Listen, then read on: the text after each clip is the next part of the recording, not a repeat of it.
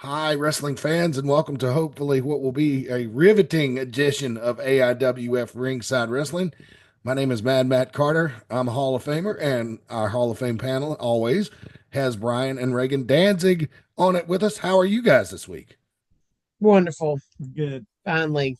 And the previous week we're getting over the flu, so we are better and it's like amazing. So Interesting everything's trick good. I can teach you about, like when you're all stopped up and stuck up. My uncle Philip showed me this a couple of weeks ago when we stayed with him in Virginia.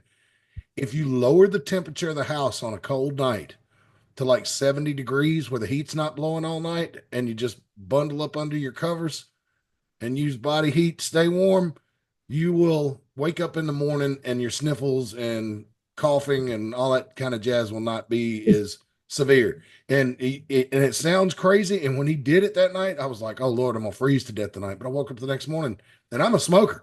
And I'm like, wow, I feel I great. don't know because we already run ours it's like 68. So Oh, so y'all yeah, keep the house real cold. we're not a 70. Only if it's freeze. Like I don't know that we ever bump it to 70.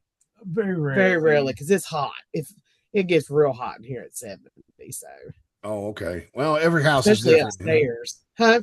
Yeah, every house is different. It depends on where it's sitting in relation to the afternoon sun and all that kind of stuff. So, I did this office that I'm in right here during the summertime. If you don't have these blinds closed and you let the sun come in the afternoon, I mean, it's like a sweat box in here, even with the AC running. It's ridiculous. So, but anyway, lot going on in wrestling right now. We're counting down to the anniversary show. We're only a couple of weeks away. Two-night spectacle or 2 days. The first show's on Saturday night. I never go to the Sunday one because I have to come back for work and all that stuff, and I live a couple hours away. But let's see, March 1st and March 2nd. And I was looking before we went on the air. I'll have to check again, see if I see a start time on here. But I know we've got. It's been announced this week that Clara is going to be defending the title against it. It doesn't even list her name. It says a new challenger who has killed it throughout northeastern. Oh, there it is, Ava Brooks. So she's from the northeast. Mhm. So that we do Yeah, have it'd be that. great. I think from what I'm seeing, people are excited to see Claire again. So that should be exciting. We haven't seen them in a while, so I'm excited to see her. So Yeah, I haven't seen her in a while either, but I'm probably not going to see her this time either if she unless she's that's coming up great. Saturday. Yep. So, but anyway, good luck to Clara as she is doing a great job. Huh? She won that women's world title and has managed to hold on to it for a very long time now. I well over a year. Well over a year. Man, She time flies. she won it in December of 23, I believe. It was right before Christmas in West Virginia. I was there. And Wow. so yeah, so that picture that they show on Facebook here, I'll share my screen with you guys. That picture that's on Facebook, as a matter of fact, that we took in the hallway that night at the building when she won the title. You're doing a good Billy Idol impression. Yeah. If for you younger folks, just ask your parents, and they'll tell you, Yeah. or you can Google it, whatever. But anyway, so good luck to her. Don't know this person, Ava Brooks, but you know, good luck to her too. Hell, wishing good luck to everybody, but I always pull for people I know. So let's see here. That's coming up. It's going to be 2 nights. Do we know the start time of the Saturday show? Will probably be around 7 o'clock, but do we have any idea when the start time of the Sunday show I is? do not. I have not seen like I've seen the poster for the Saturday night at bell time 7, but I have not seen anything about that second show. I'm looking right now to see if I've just missed it. Yeah, I'm looking Um, too. but it's usually pretty early because the full card. Wait, here we go.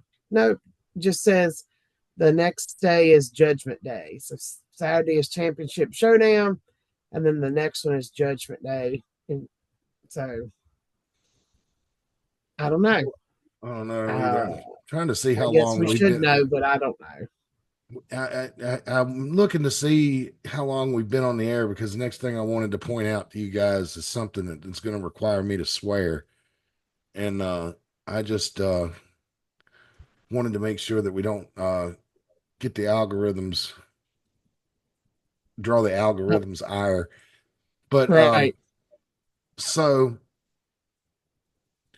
the AIWF halftime mayhem, which I don't know if y'all tried to watch that video yet or not, but it Yeah, it was 7 minutes of advertising and the tape cuts off before the match even starts, before Kevin Phoenix even gets in the ring.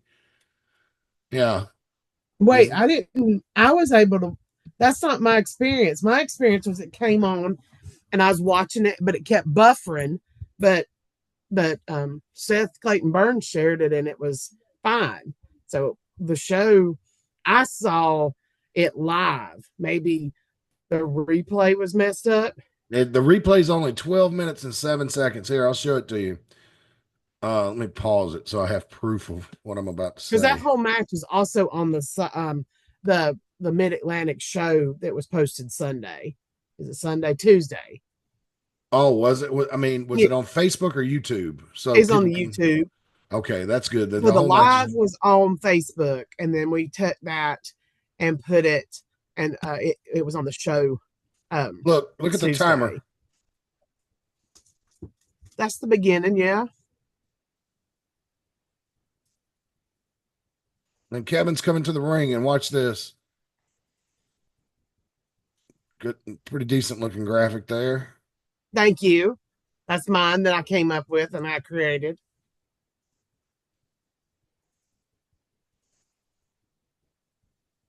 Copyright strike coming there. For what? Uh, for his music, and then it just stops. See, look at the timer, bottom left of the screen, 12 minutes and 7 seconds. So, Huh. Well, like I said, I watched part of it live, and it was on there. But if you want to see it, its entirety, it is on the new Mid Atlantic uh, show on YouTube. So what do they use? He usually puts that show on Facebook. What, like a week later? mhm. So, huh? But I do know that I hated to see that there were some buffering issues. Well, that happens sometimes. I mean, we have them all the time here too. Let's see here. AIW Mid Atlantic season. Season 33 premiere. Yep. Yep. My computer's giving me a warning. I need to close some applications. Like what? I've only got 3 open. Okay. Let's stop messing around with YouTube and playing videos. Obviously, it does not like it. And I don't want to corrupt the file. So anyway, that's that. I was going to give Kevin Phoenix a hard time because I heard he produced that segment. But if he's not entirely to blame for that, he probably is, but I don't have enough evidence to. It's not my fault. I know that much. Not my fault. I recorded the whole thing because, like I said, it's on the new episode, and Yep. I watched it in full. Good. So, but I know that, but I do know that when Seth Clayton Burns shared it, and it worked. So I'm not sure if it's just an issue with the playback. So Who knows? I don't know the live stuff. I'm not well, not that I don't know it, but like we don't do a lot of live stuff. So As well, we crap. shouldn't. We the shoestring budget that we work on, and that is intentional. We shouldn't. We should avoid live stuff like the plague. But anyway, let me tell you folks real quick about T's Creations here, and let's because I haven't updated the slideshow, let's just head on over to T's Creations22.com and look at the stuff we got here. Full color DTF prints. I don't know what that means. Sweatshirts, long sleeve tees. Let's see what they got in short sleeve tees. And of course, okay. I'm not going to show that. Or that. I need to get out of here. What she does do, I do know, even though you don't, she's been doing a lot of lives and Uh, doing really well. So I know that usually the last live she did was like $12 shirts, and then you would pay for the shirt, and then online you would pick the color and the whatever you wanted to have on it. So I know she's been doing that. I don't remember the exact days though, but keep a lookout on her Facebook page for those lives. And you also go see Ty Tyson help her sell stuff. they do TikTok as well, I believe, don't they? I think so, but I know that they've really been pushing the Facebook lives Uh, lately. okay. All right. So Facebook Live, check them out on there. I've been seeing Ty Tyson pumping some serious iron on online lately. Looks like he's beefing up for the anniversary show. Oh man, he's a beast. Yeah. On that show in Ivanhoe, it's like watching a different person. Um, he is he is really bulked up and is really intensified even more than he already was. His wrestling prowess. So I'm excited to see him this year. Yep, he's getting serious as we move into the new year. All right, let me see here again. Let me do another ad real quick before my computer completely shuts us down. Big D's Grill is a food truck operating in the Mount Airy area. We need Rick Diesel here to give us the schedule. But as you can see, man, chicken wings, steak and cheese, burgers, hot dogs, French fries, chicken tenders, chicken wings. I already said that, mini donuts, all different kinds of flavors, and snow cones. Oh man. Uh Darren was born in the Northeast, so I mean, he says he knows his wings, his hot dogs, his burgers, and Philly steaks. Only one way to find out, and that's check out Big D's food truck or Big D's Grill. And of course, if you want to advertise with us, I'm not going to bother showing that. It's $10 a week if you want to join up with us. It's $10 a week. You we can set you up. We only issue a charge if we do the show. If we take a week off, we're not going to bill you for that. So $10 and you can get yourself in front of literally thousands of viewers. Not just a few thousand, but I mean they got about 3,000 subscribers on Facebook. No, on the AIWF Network YouTube channel. This YouTube channel, Ringside Wrestling, has over 1,800. So we're getting. Hopefully, we go hit 2,000 in 2025. That's exciting. Which is, for like you call us a niche a lot. I think that's. I mean, I'm thoroughly impressed with that. So. Yeah, I agree. That's what is impressive about it, that we were actually able to monetize the channel. Thanks to Clara and Nurse Micah and Mickey Fulp and Ty Tyson to be at a lesser degree, but uh, but Lord, I mean, it's incredible, and for us to be able to do that, you have to get like 6,000 watch hours. I mean, it's hard to monetize a YouTube channel. So if anybody out there, if you're getting into YouTube, please just do it for fun. Do it because it's self-fulfilling. It makes you feel good. It's a good hobby to have if you want to talk football or whatever you do. But don't set your expectations too high, like you're going to be able to make a living off of this. Because people that are social influencers for a living work more hours than you will if you work a straight job. Don't be fooled. It's hard. And they constantly have to put content out there. And yeah, it's and it's also one of those things where you make one mistake and then it's all gone. Yep. Because you piss off Google. I mean, it's that YouTube is their platform, and they will yank it down. I mean, but a lot of the people that, like that woman that was, keeping her kids tied up and starving them out in Utah a few years ago. Oh yeah, remember her? I do remember her. Yeah. So I mean, sometimes it can lead to criminal investigations and busting bad people. So I mean, that's good, but still, it's just don't set your hopes too high, my friends. All right, let's see. Second topic. Oh yeah. Originally, when this show was booked, AEW booked a big stadium in Brisbane, Australia to fill up and have a mega the Grand Slam show that they've been doing at Arthur Ashe Stadium in New York. They didn't sell many tickets, so they moved it indoors. Looks like they had a healthy crowd. They did. The crowd looked fantastic, but AEW.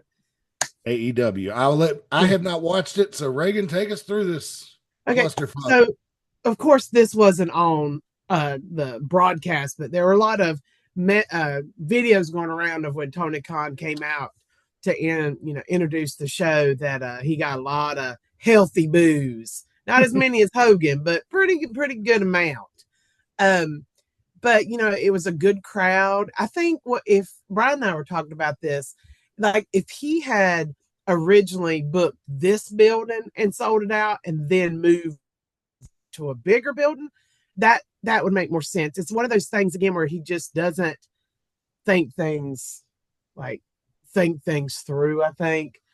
It started off with Will Ospreay and Kenny Omega against Don Callis, two Don Callis guys that I can never remember their names of. And it was that flippy, just too much flippy, too much like they did this thing where they were both in the rings and they were like hitting the ground and like the tune of like the mutant like X-Men.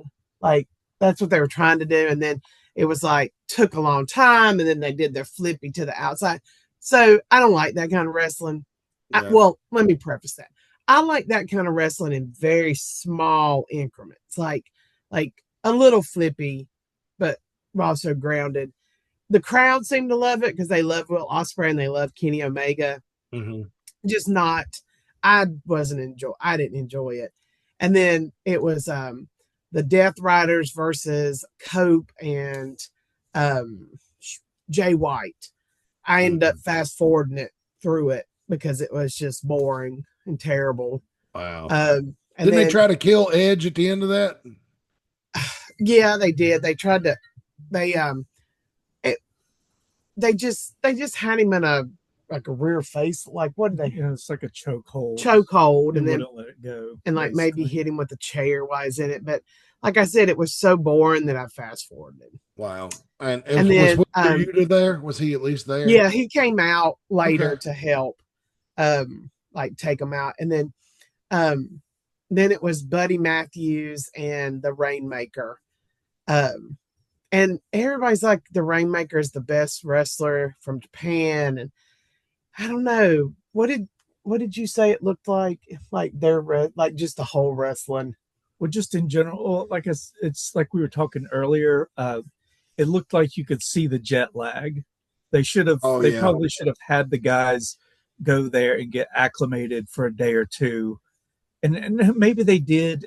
But it didn't look like it. Everybody just looked tired and sloppy and slow. And Buddy Matthews is really. I like Buddy Matthews. I think he's really good, and I really like this Hounds of Hell thing because Malachi Black left. Like he's a free agent now. So they turned the House of Black into the Hounds of Hell with Buddy Matthews, the big guy, and Julia Hart. Brody King. Yeah. And then it was Mercedes Moné against Harley Cameron. And Harley Cameron is one of the best things going today in AEW. She's funny. She sings, she has a puppet, and she's a ventriloquist. And all this sounds really stupid, like when you say it, but when you watch her, it's so fun to watch her.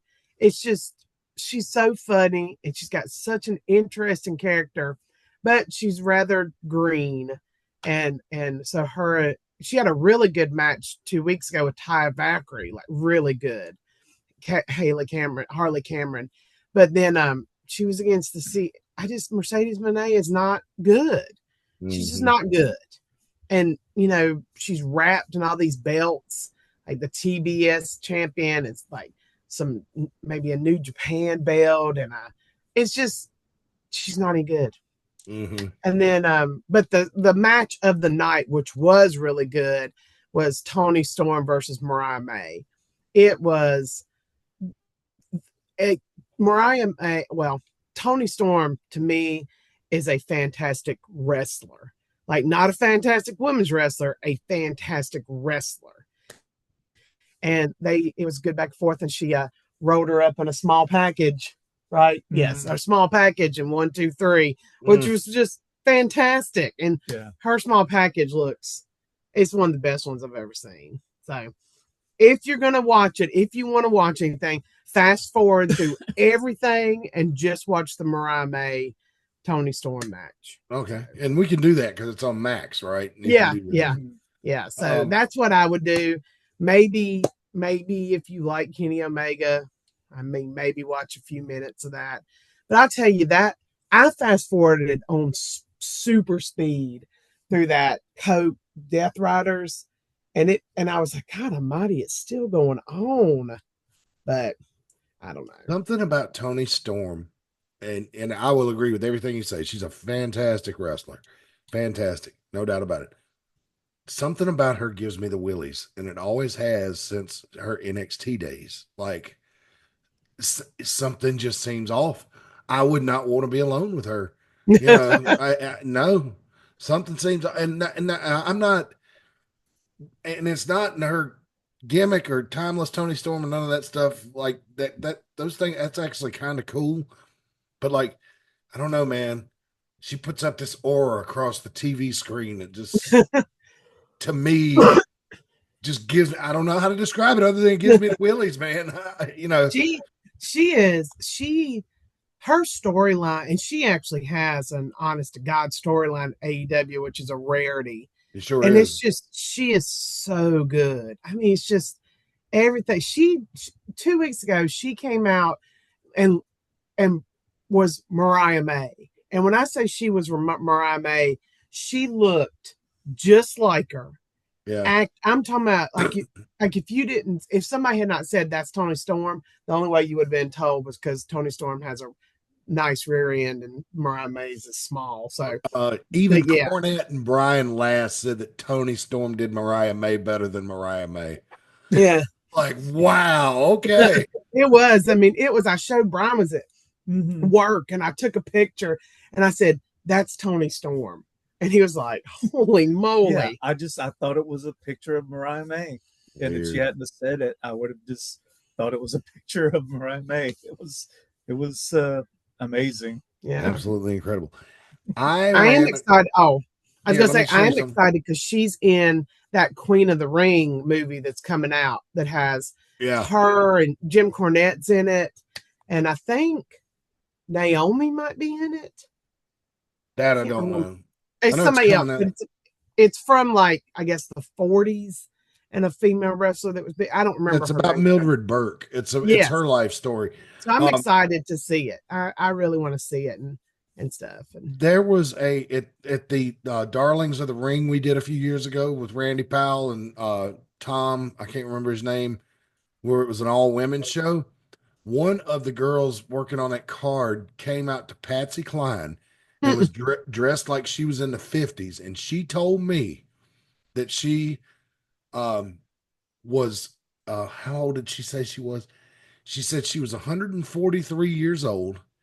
And that she had been trained by Mildred Burke in the 50s, and she had been wrestling for almost 80 years now actively. And I was like, "Well, you've aged wonderfully." And she was like, "I haven't aged a day since I turned 33 or something like that." And I was like, "Are you a vampire?" And she goes, "I can't tell you that like that." And I was like, "Okay." And I got it, and I was trying to explain to the announcers, Bobby Dalton and Kevin Stryker, what she had told me in the back. And when I told her she was trained by Mildred Burke, I thought that would anybody that's a wrestling nerd will be like, "Oh, okay, I get it."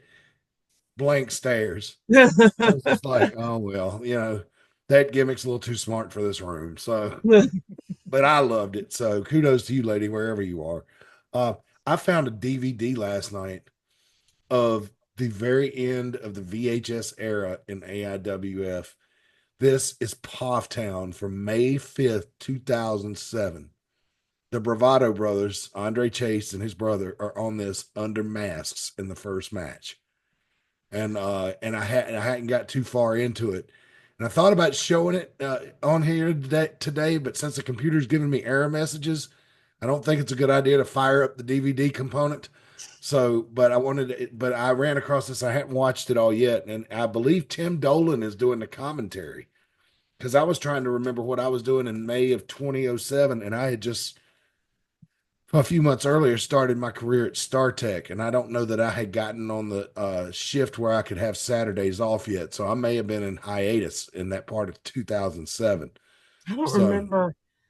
You were still wrestling 2007 because that next year, when the kids were born in 2009, and I was helping book and run the back when I was pregnant.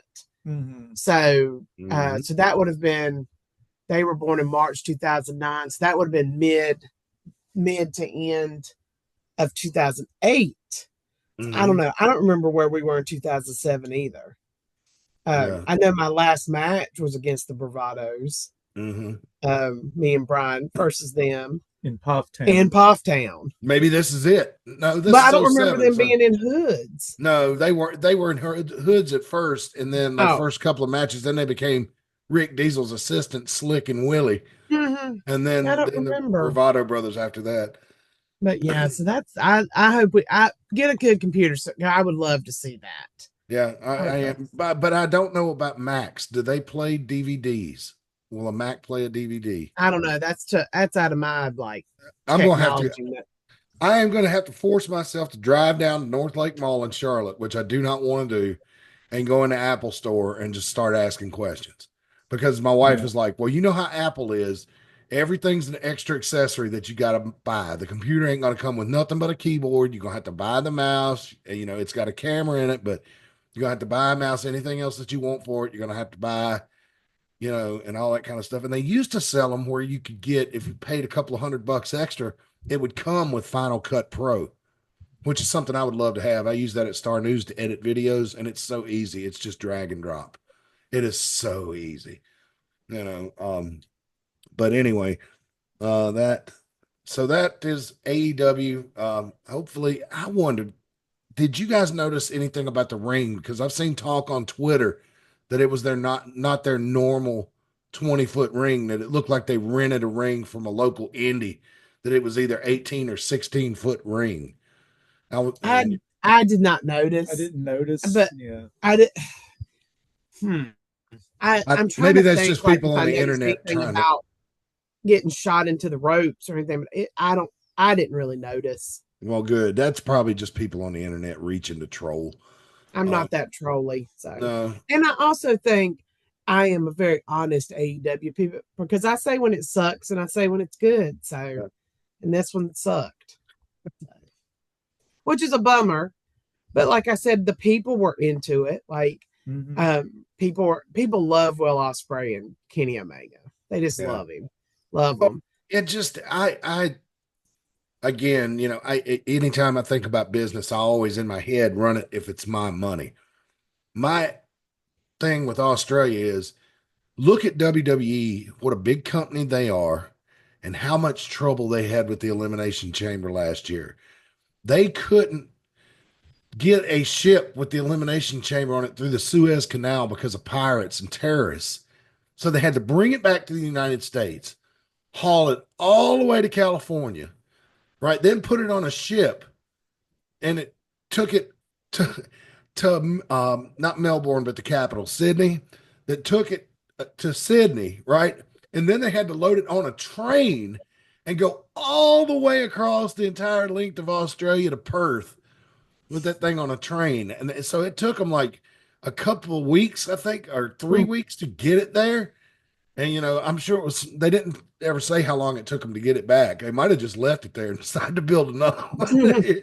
Well, I guess, though, the thing about it would be smart for a company to rent a ring once they got there, if they didn't have a huge thing. Because I'm trying to think of their entranceway. I don't think their entranceway had the two. I don't know if you've ever noticed, most of the time the entranceways have two like entranceways that are circular, and then people come out. And I don't remember if they had that. Seems like they just had a screen, and then they came out from the sides. Yeah. So maybe they took a small amount of like equipment as they could. I don't know. I don't ever know. I mean, I didn't notice. So I think it'll be a long time before WWE ever attempts a show like Elimination Chamber and you know, the farthest possible country away from the United States for a long time.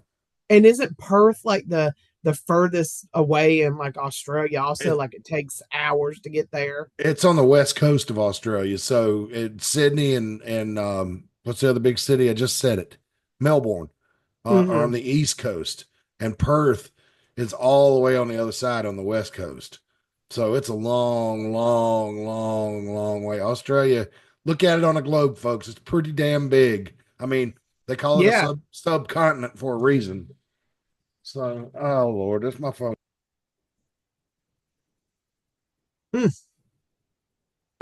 All right, so they can. I don't want to take that call. It's one of the children. You know what I mean? We talked about off there. Yeah. Oh, oh me. Maybe he's calling to tell me he got arrested. That would be good news. But anyway, like, hey man, I need to be bailed out. Oh well, I ain't doing it. I'm the victim in this case, you asshole. Not to say what is it? Tough titty, said the kitty. Yeah, I cannot comment further, ladies and gentlemen, because it is an active investigation. But that's all right. It's not wrestling related anyway, so I know none of you care, and that's good. Your uncaring souls are what I need right now. Because it keeps me distracted. And so you are I'm glad you're here. All right. So let's talk about real quick, and then we'll get into what went down at NXT. This is Branch Management. They were our first sponsor of this program way back in 2021. And it's hard to believe the channel's been around for, almost 4 years now. But yes, it has. And Branch Management, they're a lawn care handyman type service. As you can see, they do pressure washing, they do gutter cleaning, any type of general contracting. I don't think they do stump removal, but you can call them and find out. 336-648-2487. That's 336-648-2487. And I know winter is trying to linger. It appears the groundhog was right because it'll be spring one day and winter the next. So, but that groundhog's way up in Pennsylvania. So I'm starting to wonder as I get closer to 50 years old, if that groundhog Puxatawny Phil can be trusted. But it will warm up eventually. And because the dandelions and the other weeds out in the backyard are doing great. It's just we can't get the grass to grow. But that grass is going to start growing, and you're going to need somebody to cut it so it doesn't look terrible and you don't get cited by the city for having an unsightly lawn. 336-648-2487. They operate in the Mount Airy, Surrey County area, but I'm sure if the price is right, they could come farther. But give them a call, Branch Management. They are here to serve you. And the best part is they give free estimates. T's Treats is the official concession stand of AIWF Mid-Atlantic and the best food in wrestling. Prove me wrong. 336-755-8204. They're all over the place. If you follow them on social media, you'll see that they're from anywhere from Galax to Winston-Salem. It's no telling where you'll find them. And it is absolutely delicious. Great food too. More information, follow them on Facebook, T's Treats, for more information. And you can give them a call to inquire about having them at your event or where they're going to be next week. 336-755-8204. And there we go. There's the Mayberry deputy with Rick Diesel. I love that picture. I just love it. Oh my goodness.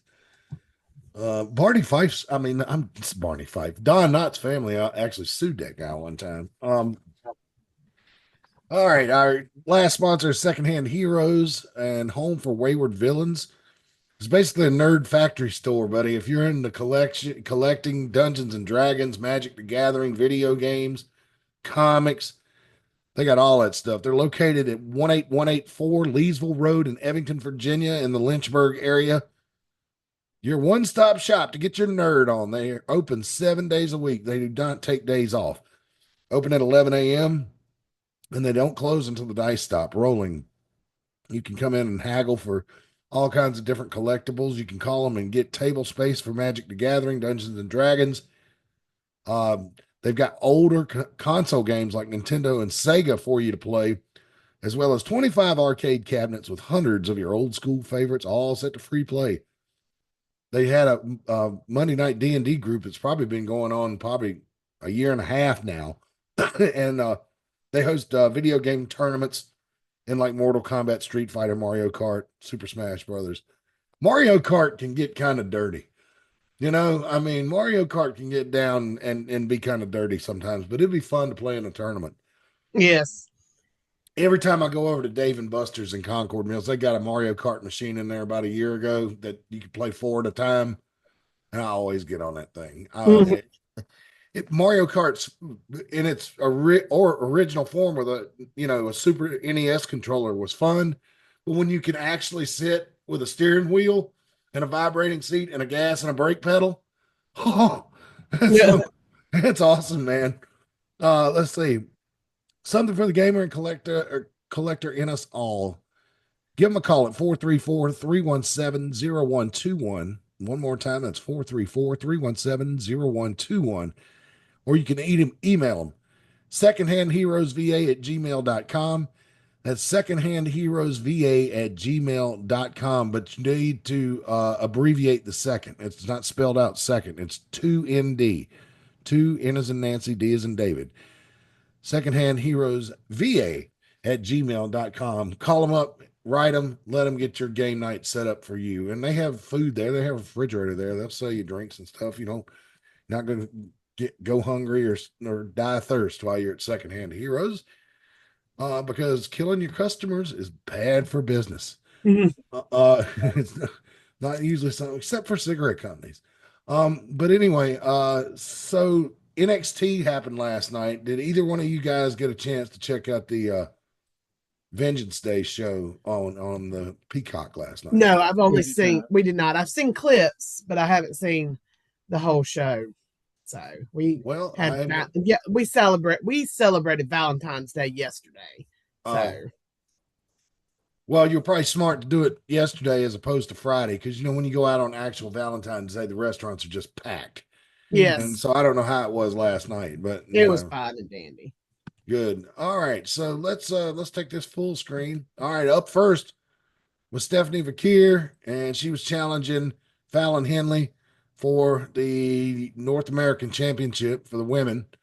Throwback to the Mid-South territory. So even though they're creating all these new belts, it's hard for me to complain because they hit me in the soft spot with, oh yeah, it's North American Championship. It makes me think of Bill Watts, Magnum TA, and all them old guys from my childhood.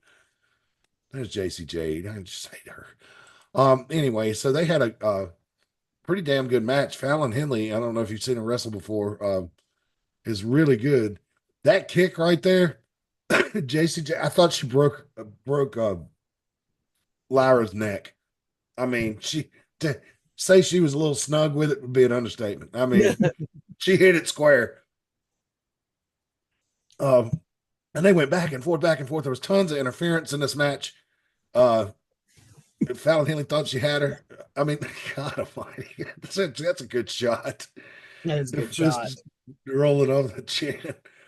And they double head-butted each other. They were flying around. Yeah. Finally, the interference was stopped by some super kicks. And then that looked like it really hurt. She DDT'd her on the ring apron. And as we all know, that's the hardest part. Oh, look at that leap. Look how high that is. Now, that's after she cleared the top rope, but look how high she is. That's athletic ability right there.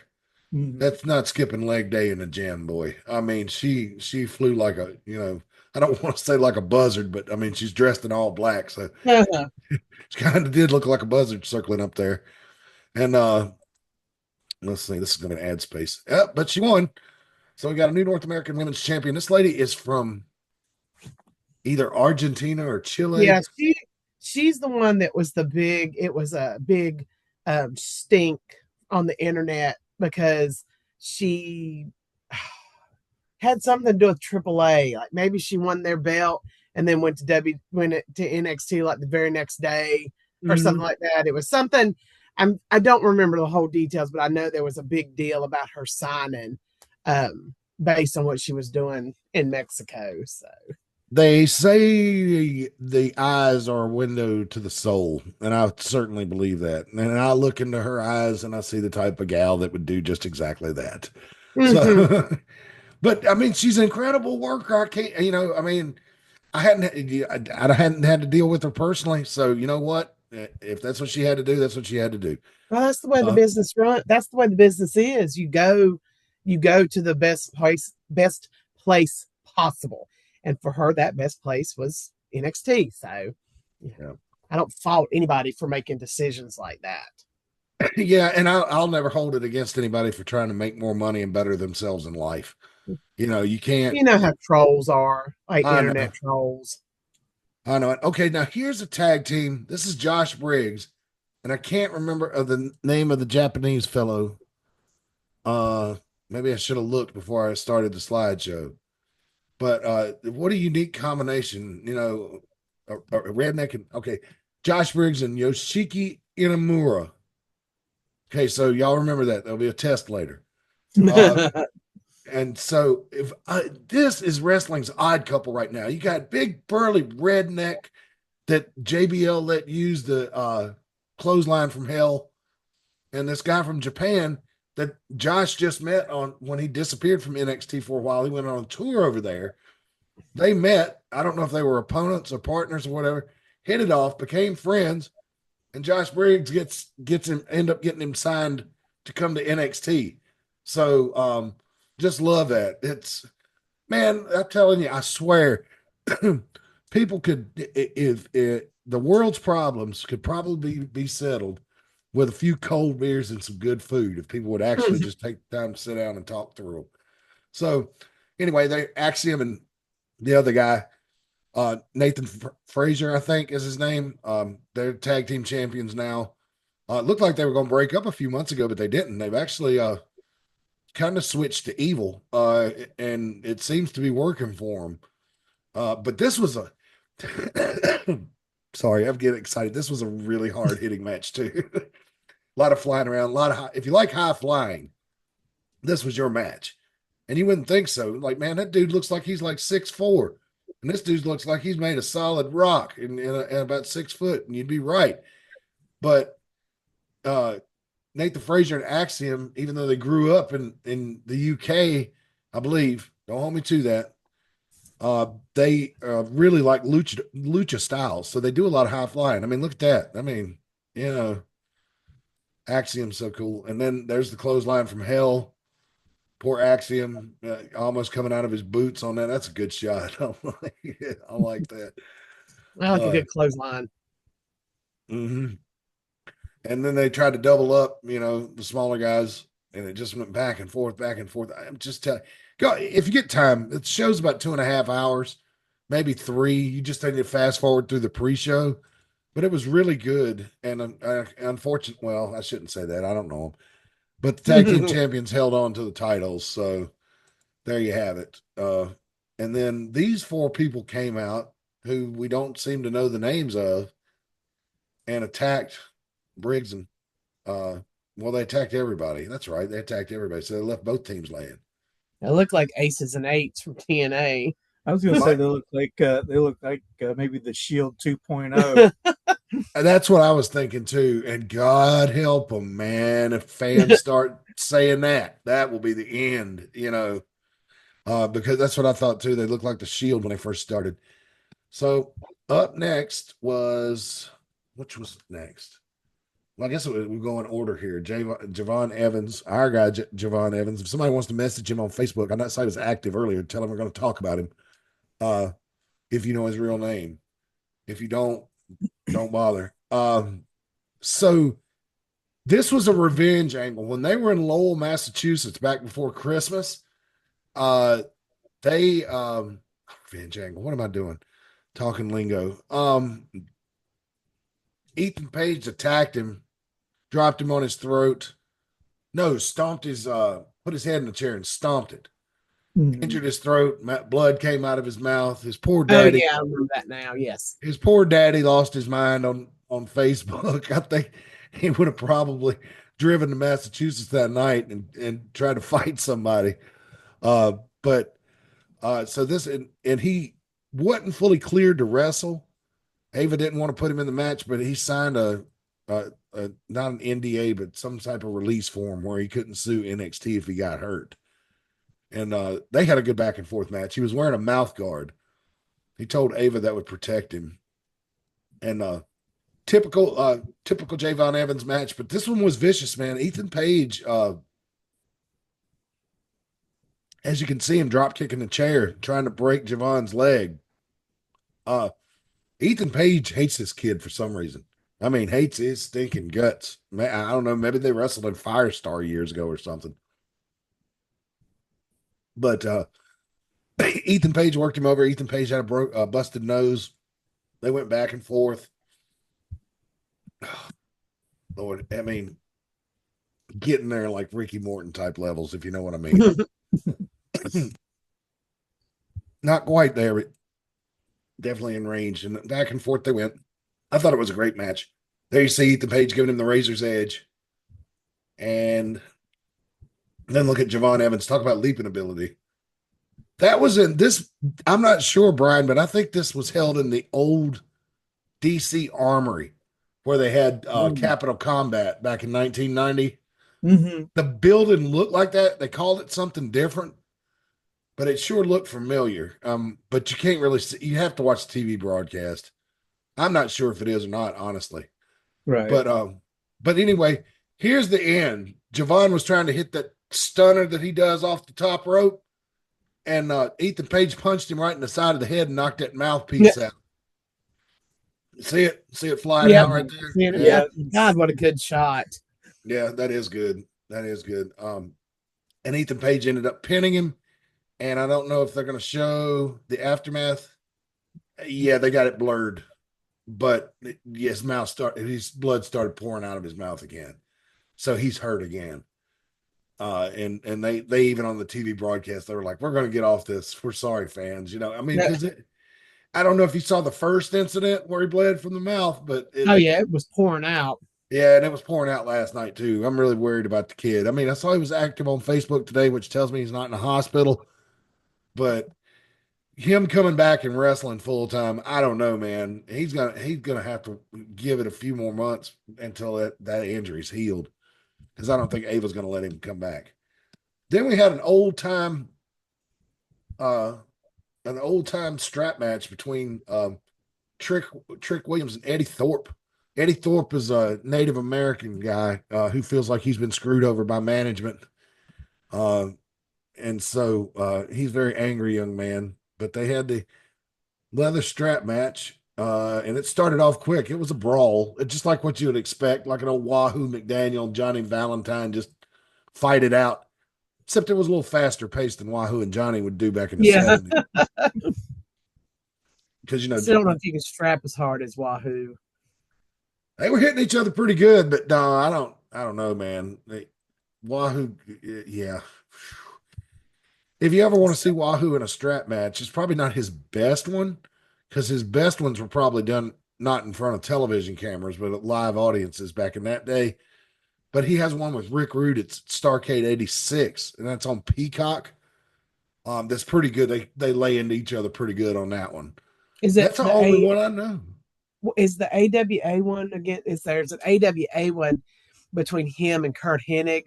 Ooh, he lights up Kurt. What does he scream? GD it. Mm-hmm, he screams at the top of his lungs. God damn it! Like I'm talking about. Like you could tell it was not a planned yell out. It was he lit him up, and so that's a really good. I remember Chris Tenney had found it one time, but it's kind of hard to find. But if you do, you should watch it because it's a good one. Yeah, that's a good shot right there. Look, you can see the leather. The skin moving. Yeah. So I don't know who this referee is. He's new. I don't know his name, and I probably won't learn it unless he gets to the main roster. I'm sorry, guys. I'm almost 50, man. I can't remember everybody's name anymore.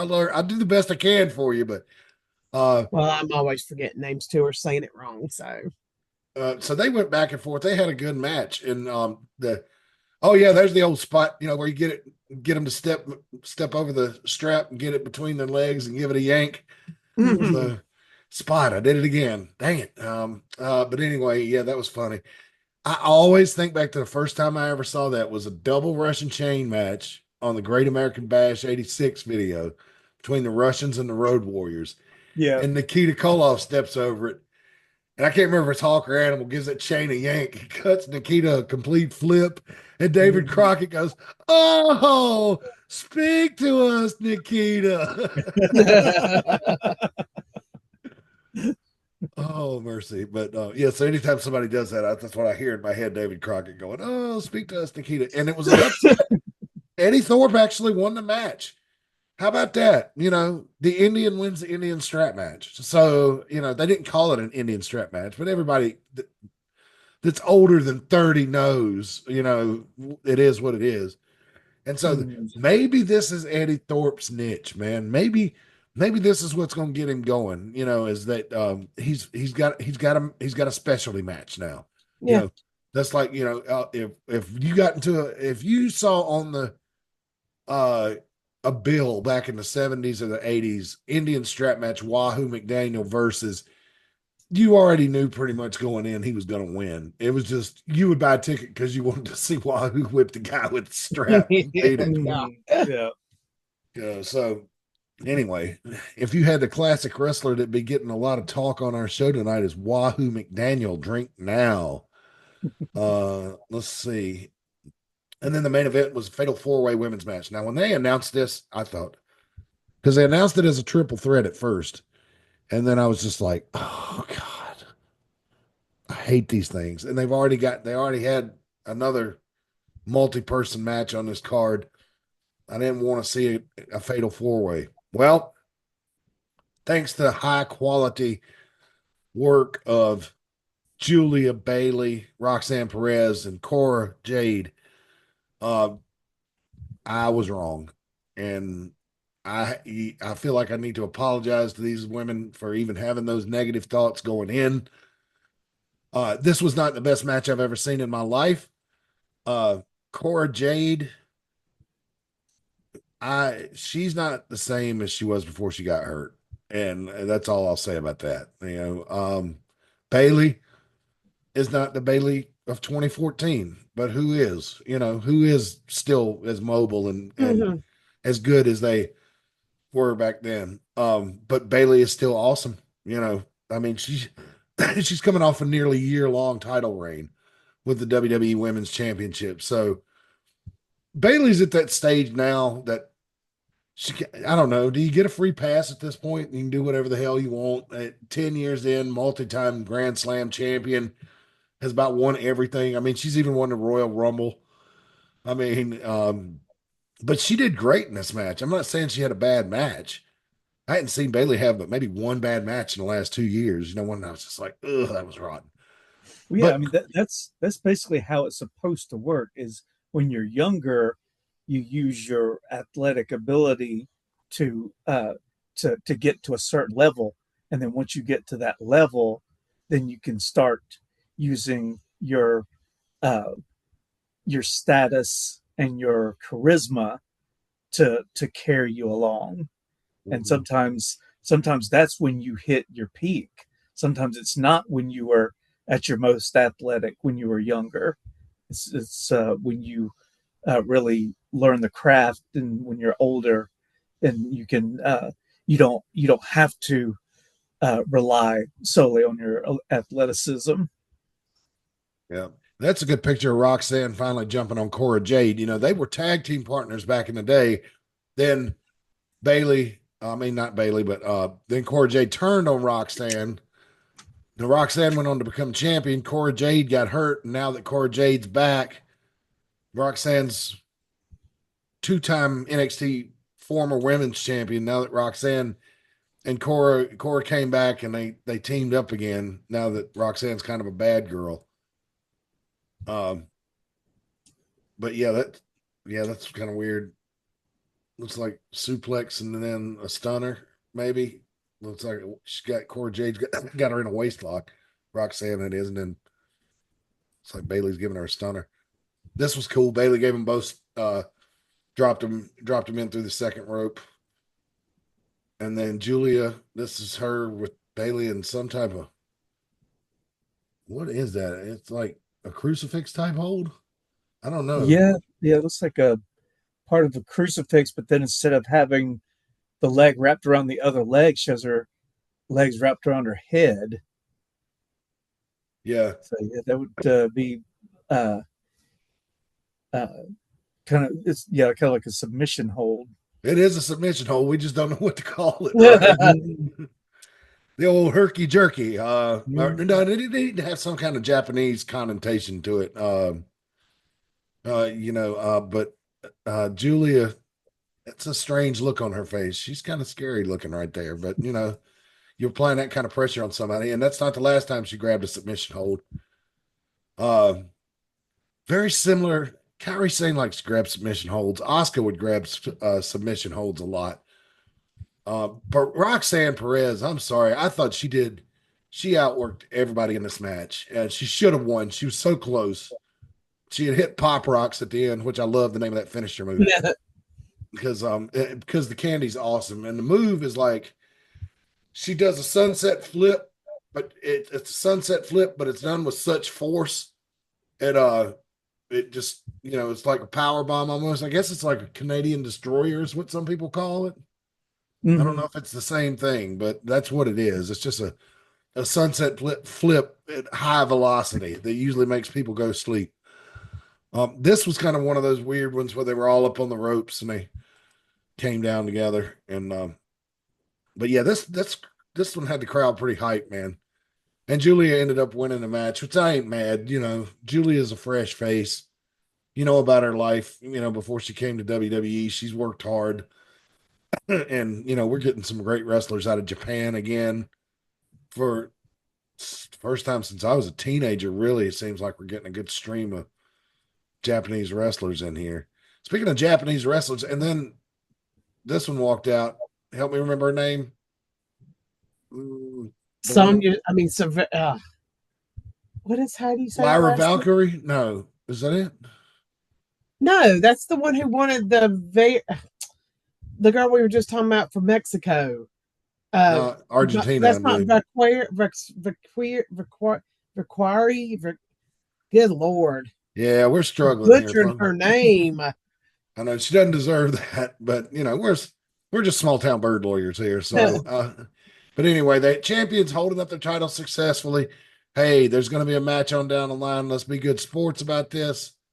And then, Borat, I tease. Jordynne Grace comes out, and she is full blown NXT now, and I just like, okay, Jordynne Grace that was the main event though. I don't know why this is on the slideshow next to last, but anyway, so Jordynne Grace comes out there and everybody got a big wow moment, when the show ended. Obafemi defended against A-Town Down Under, which is Austin Theory and Grayson Waller, but it wasn't a handicap match. It was a triple threat. I thought this went on next to last. It did. They've got it in a different order here for some reason. The girls went on last. So I forgot about this match. And I didn't forget about it because it wasn't good. It was another multi-man match. And I'd seen enough of that. One on a card is fine.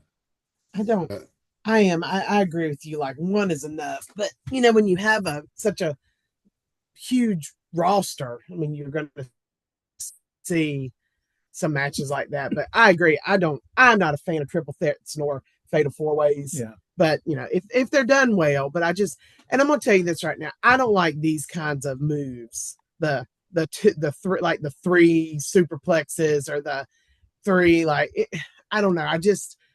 To me, it's one of those things that is just unbelievable. So and it requires too much cooperation, right? Yeah, yes.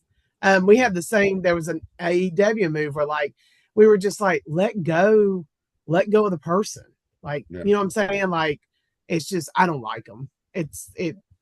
You already have to suspend enough disbelief, and that one is just too much. But yeah.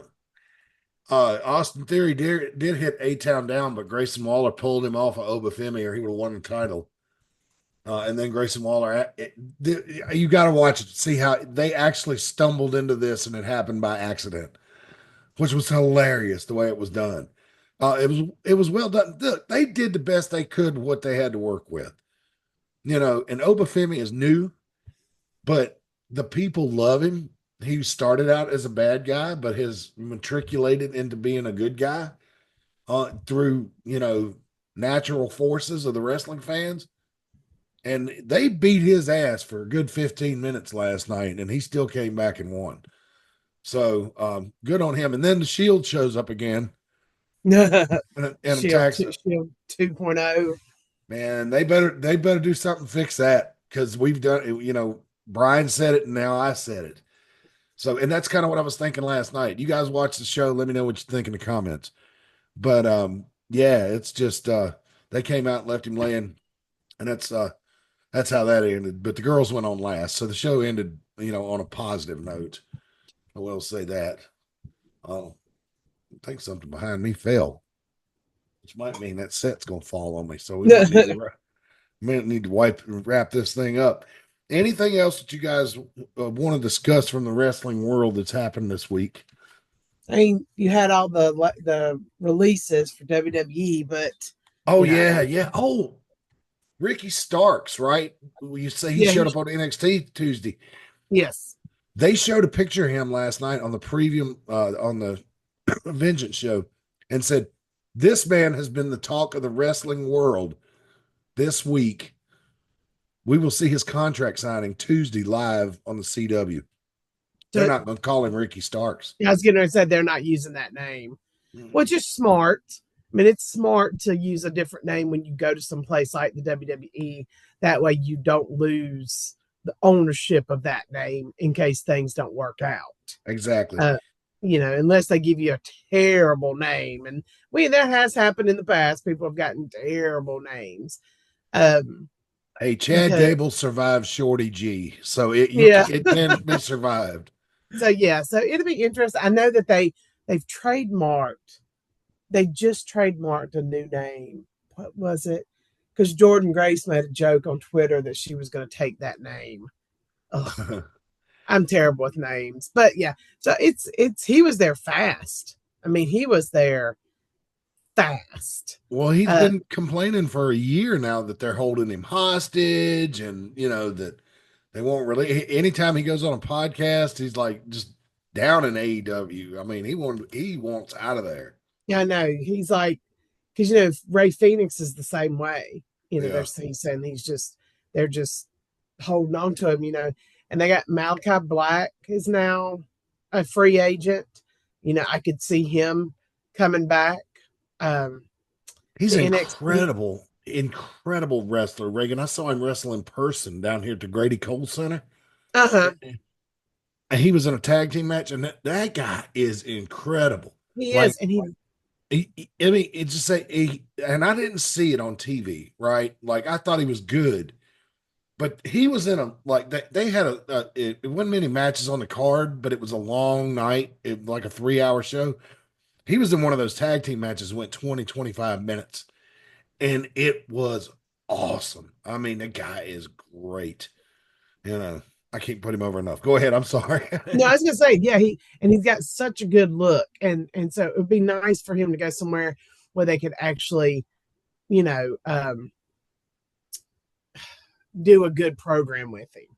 And I know things didn't work out the first time around, but it's a different world now there. Yeah.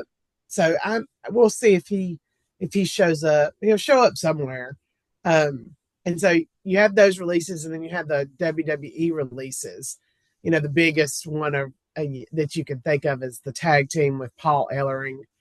But I can't remember. That's terrible. Like, I can't remember their names. Authors of Pain. Now, I can't remember their names in the AOP, right? Yep. Yeah.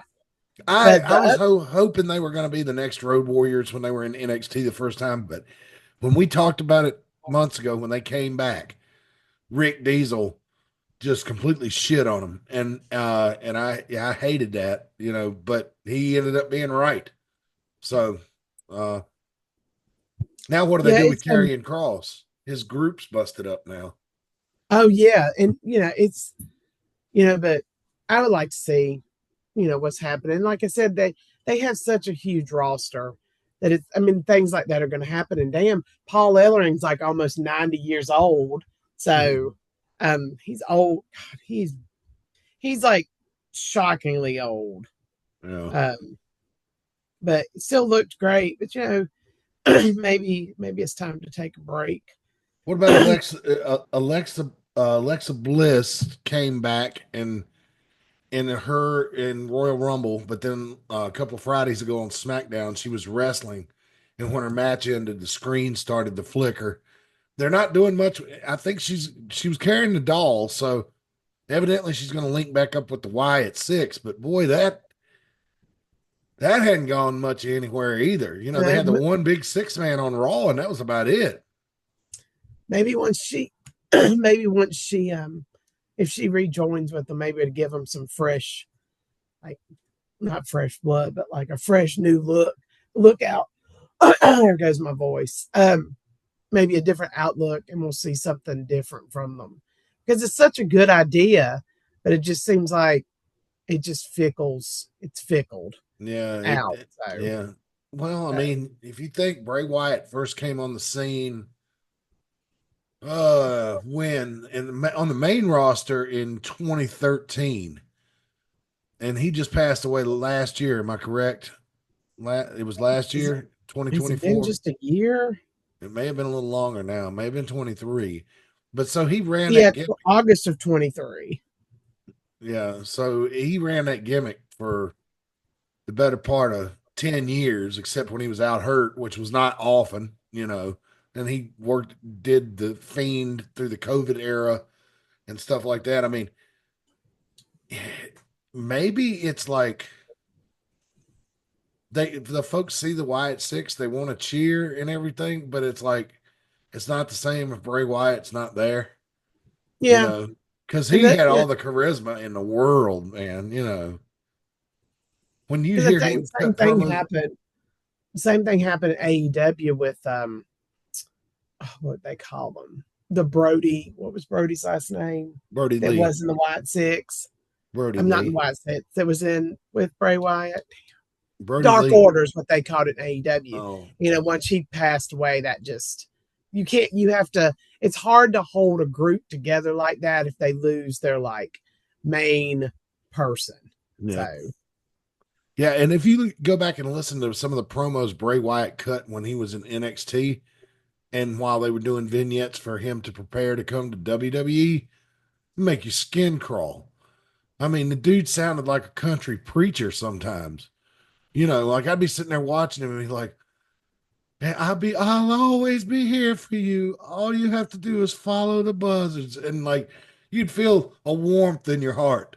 Like he was talking directly to you. Like you knew this guy's evil, you know he's dangerous and everything, but he'd still make you want to just, yes, sir. I'll follow you. Cult leader. I'm telling you. He had it, man. He was when he won the WWE championship the first time, I jumped up off the couch. I was so happy, you know, because he just was a magical man and my favorite wrestler at the time. So, but anyway, so that's that. We'll see what they do with Ricky Starks. That should be very interesting. And we will see what we can find out this week for you is going down at the anniversary show, March 1st and 2nd. We know Clara's defending the title. We know all the AIWF champions from around the world have been invited. We don't know which ones are having visa issues and not, because that's a real thing, folks, you know, and especially now. Things are tightening up on the immigration front in this country. Yeah. So, yeah, so you might have some people with some visa issues. So, but we'll let you know as soon as we find out. Hopefully, we can get Matt Classic on this program once he gets the card set up to kind of run down everything with us and give us the background on all these new folks we're going to be seeing at the anniversary show. So make sure you come to the anniversary show, folks, because a lot of times it's one and done with these people. They'll come in to do the anniversary show because they work, you know, hold a title or work at another affiliate, but it's a one-time thing. And so you got a chance to see them, you know, one time. And so I would recommend you come out to see the anniversary show just because it's going to be people you won't see normally. So anyway, all right. Any last thoughts before we wrap this thing up? No, I think we're good. All right. Well, everybody, for Brian and Reagan Danzig, I'm Mad Matt Carter. We'll see you again next week. And until next time, so long for now.